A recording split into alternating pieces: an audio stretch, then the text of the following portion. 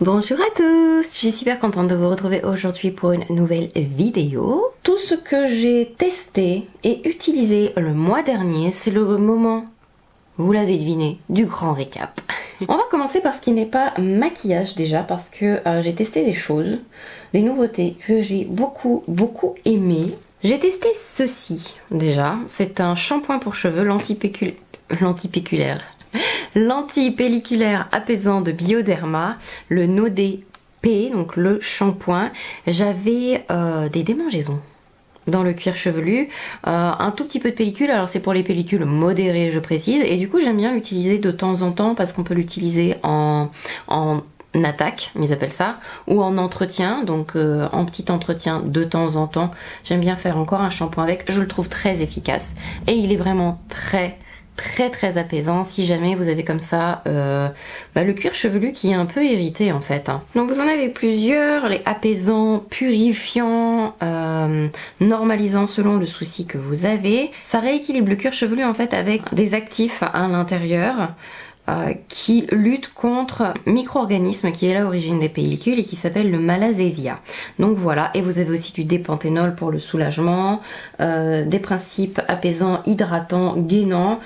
J'aime beaucoup ce shampoing et je le trouve très efficace. Donc voilà, je voulais vous en parler.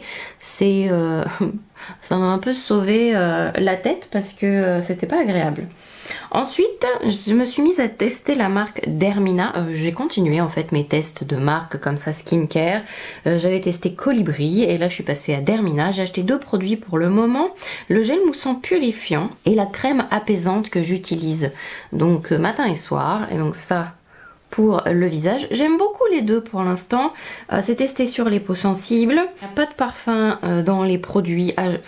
Si vous êtes donc allergique au parfum, du coup dans vos produits de soins, si vous ne supportez pas ça, c'est pour les peaux normales à sèche intolérantes. Vraiment pas mal du tout. Et j'aime bien le fini. En plus, c'est une texture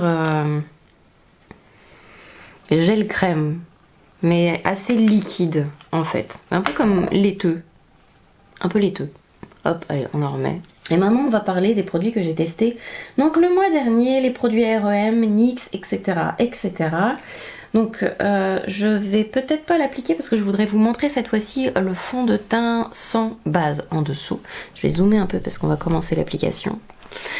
Donc, c'est le Halo Glow Liquid Filter de ELF. Ce truc est une merveille. Si vous n'avez pas les moyens, honnêtement, je dis pas souvent ça parce que les dupes, etc., j'y crois jamais trop, je trouve ça jamais assez ressemblant, etc. Enfin, bref, c'est mon opinion personnelle. Pour une fois, on tient un truc où si vous n'avez pas les moyens d'investir dans le Hollywood Flawless Filter de Charlotte Tilbury, vous pouvez essayer ce produit-là. Pigmenté un peu, lumineux, très joli. Si vous trouvez le Hollywood Flawless trop métallisé sur votre visage, essayez celui-là, vraiment un produit que j'aime beaucoup, c'est mon petit coup de cœur du mois dernier du coup, et voilà, je vais peut-être le tapoter après sur les zones sèches de mon visage. Ensuite, je vais peut-être faire les yeux avant d'appliquer les produits pour le teint. Je vais mettre une base, donc là je vais utiliser ma base de chez Kiko. Si vous souhaitez une base pas chère, transparente, très bien, elle est très bien, elle s'appelle la Neutrale. Tout simplement, mais elle est effectivement sans pigment, donc on a l'impression comme ça qu'elle est crème et une fois qu'elle est étalée elle est vraiment transparente. Donc le mois dernier j'ai testé ceci, la petite palette. Je vais appliquer tout ça sur mes yeux. Je vais faire un truc assez simple parce que j'avais envie de mettre mon nouveau pull qui n'est pas du tout dans les bonnes couleurs, mais c'est pas grave. Je trouve cette palette assez... je vais prendre un autre miroir, celui-là j'aime pas. Je disais donc, cette palette assez moyenne en fait. Elle est pas mal, mais elle est pas... c'est pas ouf non plus. Ça fait pas mal de chutes, donc il faut faire très attention et faire son teint après. Enfin, je suis pas... En toute honnêteté, les produits que j'ai testés globalement de la marque en fait REM sont pas mal. c'est pas oh là là, il faut absolument que vous achetiez ça. Elle est mignonne, elle est jolie. Les harmonies à l'intérieur sont très très très sympas. Donc si une harmonie vous plaît, si le packaging vous plaît, la palette, vous pouvez franchement y aller. Vous profitez d'un petit code promo et puis vous pouvez y aller. Elle a des petits tons froids tout mignons.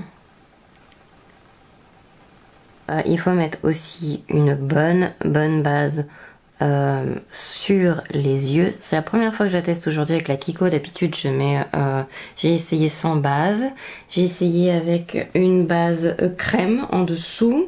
Faut vraiment une base quand même assez costaud pour que les fards tiennent vraiment correctement, et même utiliser une base pour paillettes, même pour les fards un peu plus pailletés. Franchement ça chute énormément. De tout ce que j'ai testé chez REM, ce que j'ai préféré, c'est quand même la palette.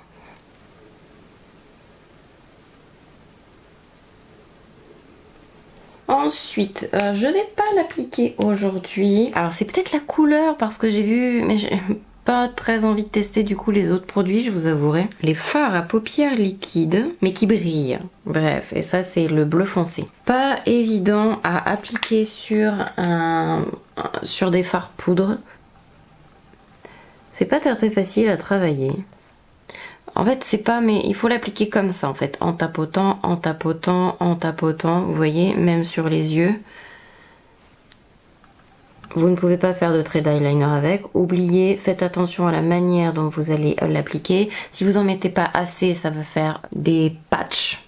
Hein, ça va pas faire hyper harmonieux ni hyper homogène.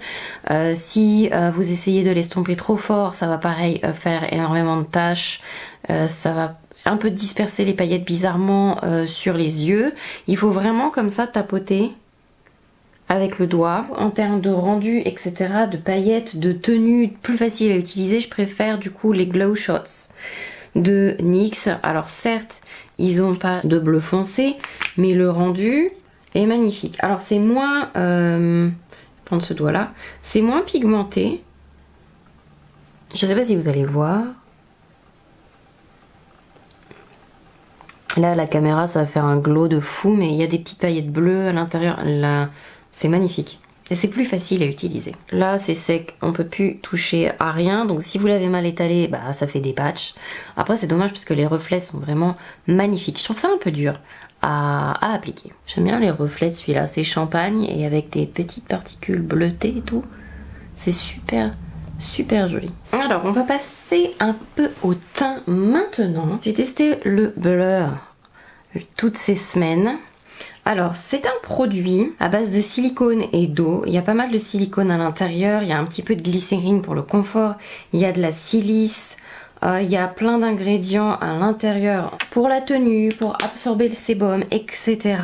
Et c'est très bizarre parce que quand on l'applique, on dirait que la couleur est extrêmement foncée, mais après quand on étale, c'est rare que ce soit dans ce sens-là, donc du coup moi ça me fait rire. Alors, en général on applique, ça s'oxyde et ça devient plus foncé. Et lui quand on le travaille il devient plus clair. Je préfère l'appliquer avec une éponge comme ça. Je vous conseille pas du tout si vous avez la peau sèche. Après pour un produit avec une couvrance moyenne comme ça, évitez d'en mettre trop parce que ça fait un peu cakey quand même. Du coup tellement il est matifiant avec des matifiants etc. Et il a un rendu assez mat je trouve, donc faut aimer. Et pour le rendu floutant, un petit peu. Mais c'est pas le plus bluffant en termes de résultats que j'ai vu, mais c'est pas mal. Et, il a un fini poudré. Si vous avez la peau mixte, à voir, s'il fait pas très chaud, que vous ne transpirez pas beaucoup, je pense même que vous pouvez vous passer de l'eau poudrée. Les premières fois que je l'ai testé, je n'avais pas préparé ma peau en conséquence. Ma crème, etc., c'était un peu juste. Donc mettez une bonne base bien hydratante etc. en dessous si vous avez la peau mixte. Vous pouvez utiliser par exemple un produit comme à base d'eau, à base de silicone, peu importe, mais vous avez les bases de chez Smashbox. Vous pouvez utiliser les gripping primers comme le Milk Hydro Grip. Vous pouvez utiliser la crème de chez le Hangover FX de Too Faced, ou votre crème si elle est bonne. Ajoutez même peut-être une petite huile ou un bon sérum bien hydratant en dessous. J'ai testé ça. Alors ça par contre j'ai pas aimé du tout. C'est un flop. C'est, je trouve, l'anti-cerne le plus desséchant que j'ai jamais testé. C'est très sec, ça fait pas joli sous les yeux. Après moi j'ai des dessous de yeux de personnes qui ont dépassé la quarantaine. Hein, je vais avoir 41 ans, mais je ne vois pas sur qui ça peut être joli. Comme ça, haute couvrance, camouflage, longue tenue, waterproof parce que non transférable, etc. Je préfère les Catrice. D'ailleurs, c'est ce que je vais mettre aujourd'hui. Si vous voulez vraiment un anti-cerne couvrant, joli sous les yeux quand même, mais qui va pas vous friper, voilà, ça c'est bien. C'est pas cher et c'est très bien. L'autre truc là, c'est pas bien. Et on a un joli rendu velouté avec, très joli. C'est mon anti-cerne pas cher favori, le Catrice. Après, si vous voulez pas un résultat mat, moins de couvrance, vous avez le Bear With Me Sérum de NYX qui est très bien. Je vais illuminer un peu avec ceci parce que je suis un peu très mat quand même et que c'est pas trop mon truc. Mais j'ai un teint joli là, j'aime bien. Et vous voyez, on peut l'appliquer dessus pour le ELF, en dessous. D'ailleurs, le ELF mélangé avec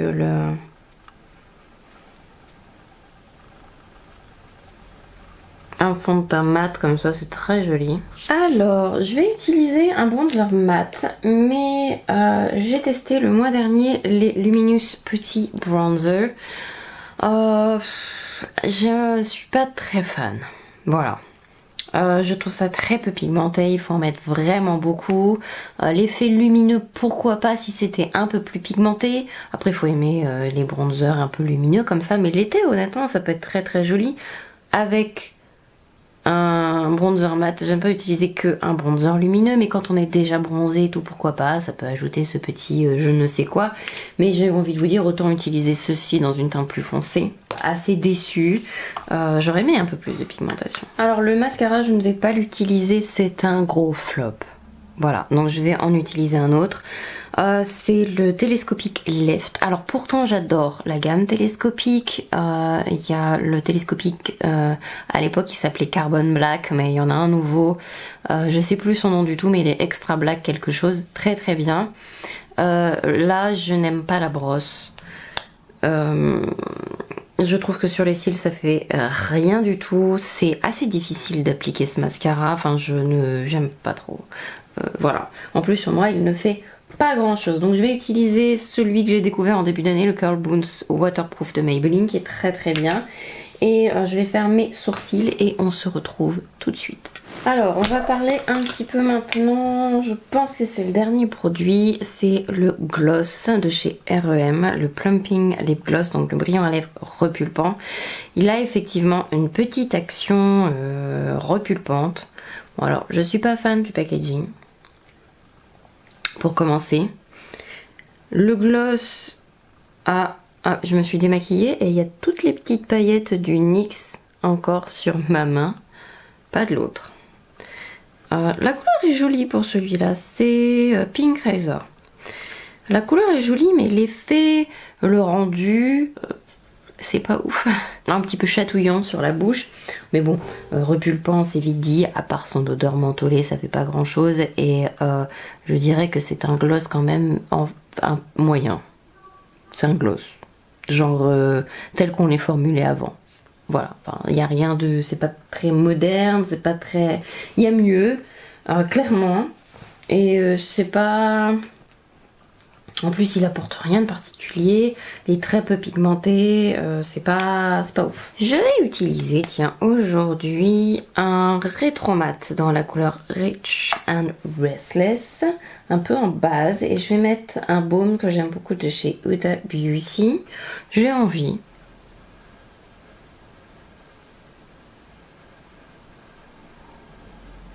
Et mon baume, donc, s'appelle...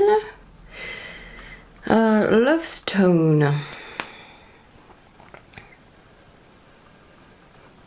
Qu'est-ce que je peux dire de plus? J'ai pas de...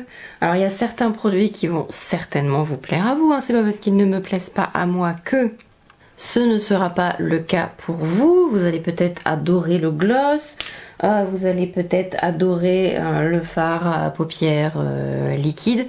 Ce ne sont pas des mauvais produits en soi, mais pas suffisants pour que moi j'ai envie de les utiliser régulièrement ou que je sois époustouflée ou ce genre de choses. Il y a 2-3 produits qui m'ont époustouflée quand même. Un, il y a au moins ces deux-là.